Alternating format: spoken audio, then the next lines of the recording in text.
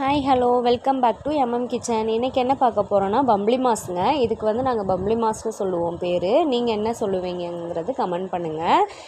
நாங்கள் தங்கியிருந்த வீட்டுக்கு பின்னாடி இது இருந்தது. எங்களால் பறிக்க முடியல, ஏன்னா மரம் ரொம்ப ஹைட்டாக இருந்துச்சு.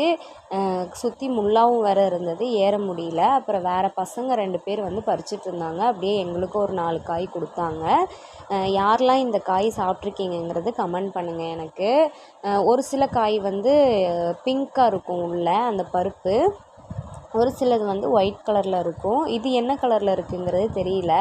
கட் பண்ணிகிட்ருக்கேன், ஓப்பன் பண்ணி பார்க்கலாம்.